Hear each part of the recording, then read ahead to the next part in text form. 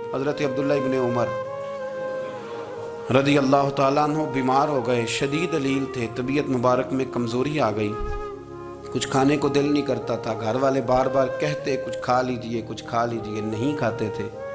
بالآخر حضرت نافع آپ کے غلام تھے، ان سے کہنے لگے کہیں سے مچھلی مل جائے نا تھوڑی سی تو میں کھاؤں گا۔ تو کہتے ہیں میں سارے مدینے میں ڈھونڈتا رہا، مچھلی نہ ملی، اگلے دن بھی ڈھونڈی تو نہ ملی، تیسرے دن بھی ڈھونڈی تو نہ ملی، تو فرمانے لگے یار بس چھوٹی سی خواہش ہے، کوئی فرض نہیں ملتی تو رہنے دے۔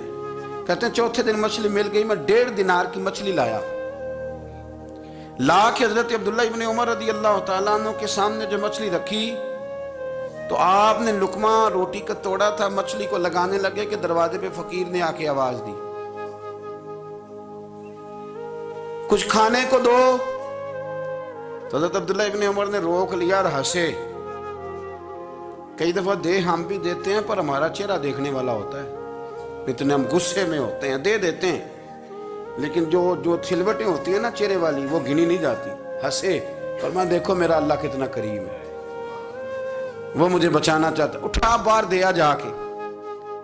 تو خادم اب حکم کا پابند تھا، وہ لیت اللہ تو کر نہیں سکتا تھا، وہ گیا اور جا کے دے آیا۔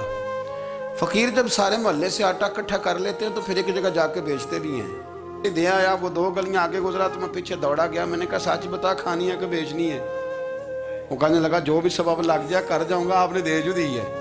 تو کہتے ہیں میں نے اسے کہا کہ یہ 1.5 دینار کی میں نے خریدی تھی، اگر تو 2 دینار کی مجھے بیچ دے تو آج کل مچھلی مدینے میں مل نہیں رہی، تو میں اپنے آقا کو دے دوں گا، وہ یہی کھائیں گے، بیمار ہے۔ تو کہنے لگا جی بسم اللہ، مجھے کیا اعتراض ہے، 2 دینار مل رہے ہیں، 1.5 کی مچھلی، اور 1.5 کی بھی کسی نے نہیں خریدنی تھی، اب تو پک گئی۔ فرماتے میں نے 2 دینار اس کو تھمائے، وہ مچھلی اس سے خریدی اور خرید کر کے میں لا کے حضرت عبداللہ ابن عمر کے سامنے دوبارہ رکھی۔ تو فرمایا یہ کیسے آ گئی؟ میں نے کہا حضور 1.5 کی خریدی تھی اور پھر فقیر کو دے دی، اب اسی سے میں 2 دینار کی خرید کے لایا ہوں، آپ قبول فرمائیں۔ تو فرمانے لگے تم نے اچھا نہیں کیا، اب اس طرح کرو 2 دینار بھی اسے دے اور مچھلی بھی واپس دے آؤ۔ عرض کی حضور کیوں؟ فرمایا تم نے قرآن نہیں پڑھا؟ حضور پڑھا ہے۔ فرمایا رب فرماتا ہے لن تنالوا البر حتی تنفقوا مما تحبون، تم بھلائی کو اس وقت پہنچو گے جب اپنی پیاری چیز راہ خدا میں خرچ کرو گے۔ امام غزالی نے لکھا ہے، فرمانے لگے دیا، تو وہ حضرت نافع کہتے ہیں میں دینے گیا، دے کے واپس آیا تو کچھ پریشان تھا کیونکہ مجھے بھی 4 دن ہو گئے تھے نا تلاش کرتے، تھوڑی طبیعت میں مایوسی تھی کہ اتنی محنت سے میں نے لایا اور آپ نے واپس کر دی۔ تو حضرت عبداللہ ابن عمر نے مجھے قریب بٹھایا، پھر مجھے تھپکی دی، فرمانے لگے پتر میں نے ویسے بھی کبھی جھوٹ نہیں بولا اور آج کل تو میں ویسے ہی بیمار ہوں، ٹائم ہی نہیں، وقت ہی نہیں، موقع ہی نہیں جھوٹ بولنے کا، میں تجھے سچ بتاؤں مجھے مچھلی کھا کے اتنا سکون نہیں ہونا تھا جتنی اللہ کے راستے میں خیرات کھا کے مجھے سکون ہوا۔ تو تجھے تو میری راحت سے غرض ہے نا کہ مجھے راحت کیسے ہوتی ہے، تو مجھے سکون ملا ہے راہ خدا میں دے، میں نفسانی خواہش پوری کر لیتا تو یہ میرا نفس کل پھر مجھ سے مچھلی مانگتا، پرسوں کہتا نہیں چھوٹے گوشت کی یخنی بھی چاہیے۔ ہم لوگ الجھ گئے ہیں، بہت بڑے قیدی ہیں اپنے آپ کے، بڑے قیدی، سارا دن اپنی خواہشات کی تکمیل میں بھاگے رہتے ہیں، بڑے بڑے سونے نوجوان۔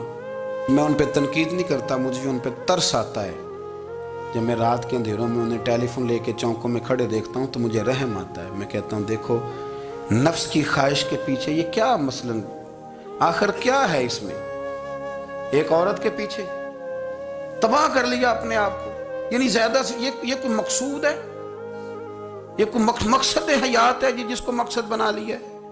میرے عزیز بات کو سمجھ لیں، اتنا خوبصورت آدمی ہے اور اتنا اس کا اونچا قد کاٹ ہے، اور کیا کس کے پیچھے یہ بھاگا ہوا ہے؟ بڑا سمجھدار، دانشور، عقل مند آدمی، ذی روح بندہ، لیکن اس کا سٹیٹس آپ یہ ملاحظہ کریں کہ وہ 20-40 ہزار کی خاطر جھوٹ بولتا ہے، دھوکہ دیتا ہے، فریب اور فراڈ کرتا ہے۔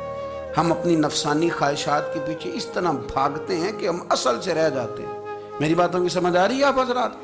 تھوڑا تھوڑا کر کے، ایک ایک کر کے ان کی باتیں کم مانیں۔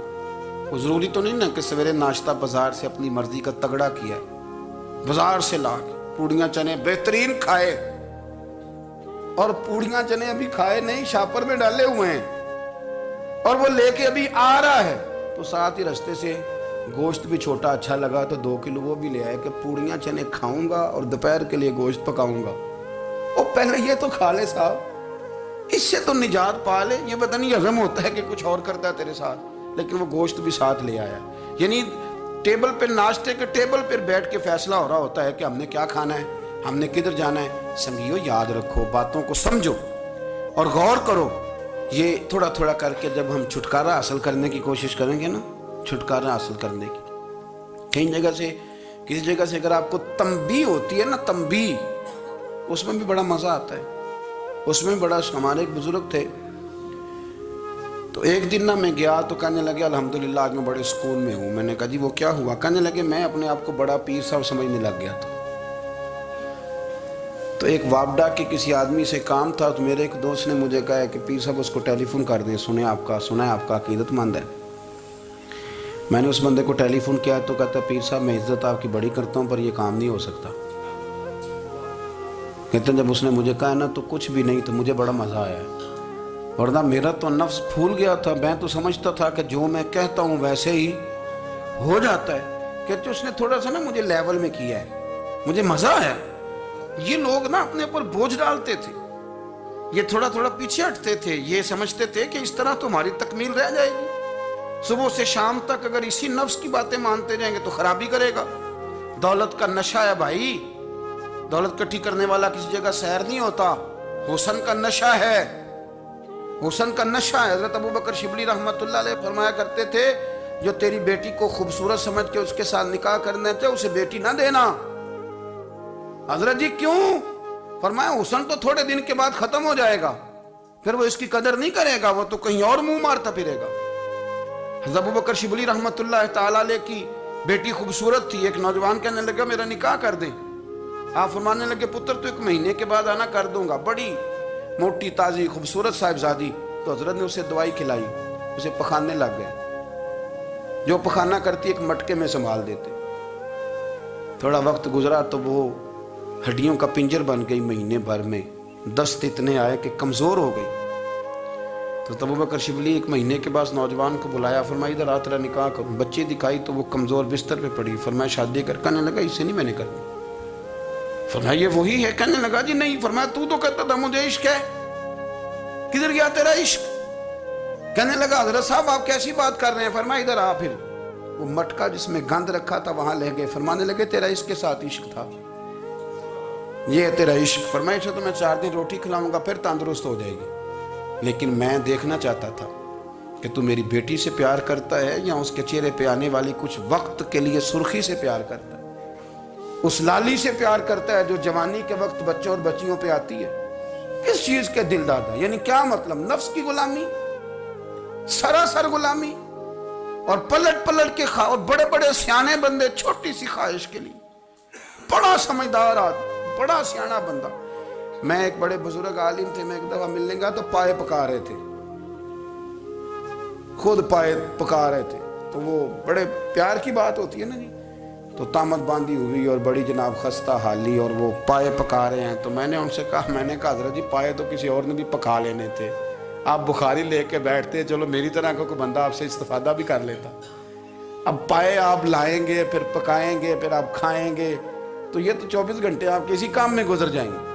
तो ये एक छोटी सी ख्वाहिश के लिए, मैं किसी चीज को हराम नहीं कह रहा। कुरान पाक की जो आयत पढ़ी है सिर्फ उसकी तफसीर आपके सामने अर्ज कर रहा हूँ। हमारी ख्वाहिशात माँ पालती है, आपको नहीं पता कितने दुख सहती है। मैं उन माओं को जानता हूँ जो बेटे के हिस्सों की मार भी उसके अब्बे से खाती हैं, मार खाती हैं, वो मारती है। पर्दा फट गया, माएँ मार खाती हैं, लेकिन वो पुत्र जिसको बड़ी मेहनत से पाला है वो जवान होता है तो अम्मा से कहता है तुझे छोड़ देना है, पर जिस लड़की से मेरा टेलीफोन पे रब्ता है उसे नहीं मैंने छोड़ना, वो नहीं छोड़ सकती। हर शय कुचल जाता है वो। अम्मा कभी लेट के रात को सोचती है कि ये तो मेरी कुल कमाई थी, मैं तो आज भी इसके हिस्से के थप्पड़ अपनी गालों पे बर्दाश्त कर रही हूँ, तो ये किधर गया। अर्दशीर नाम का बादशाह था वो।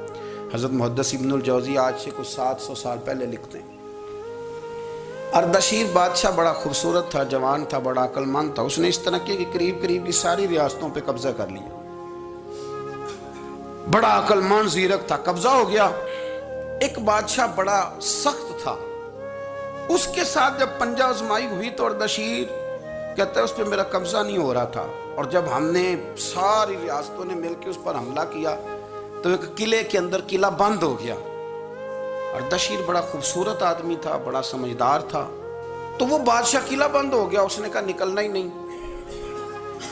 अब वो अंदर बंद है, यक बारगी हमला किया तो वो बड़ा बड़ा किला था उसमें बंद हो गया।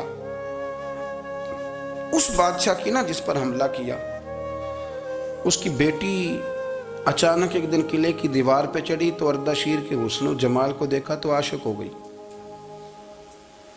और अपने ही बाप के खिलाफ उसे कहने लगी कि अगर तू मेरे साथ शादी का वादा करे ना तो मैं तुझे रास्ता बताती हूँ हमला करने का। उसने कहा मेरा वादा रहा, तो रास्ता बता। उसने रास्ता बताया, उस लड़के को अंधा कर देती, नहीं समझ आती उसको मैं किधर जाना है, अंधा कर देती। हमला किया, और जब उस लड़की को लेके आया ना अपने महल में, तो पहले दिन शादी की पहली रात थी, तो बिस्तर बिछाया कनीज ने, तो वो कभी करवट उधर बदलती कभी उधर बदलती, तो बादशाह कहने लगा क्या है, कहने लगी बिस्तर में कुछ है, मुझे तकलीफ दे रही। उसने चिराग जलाए और जब बिस्तर उठाया तो एक इतना सा धागा निकला। धागे से अमूमन तकलीफ नहीं होती, तो उसने कहा तो इतनी नरमो नाजुक है कि धागा। कहने लगी मेरा बाप ना मेरे साथ इतना प्यार करता था कि रोज मेरा बिस्तर।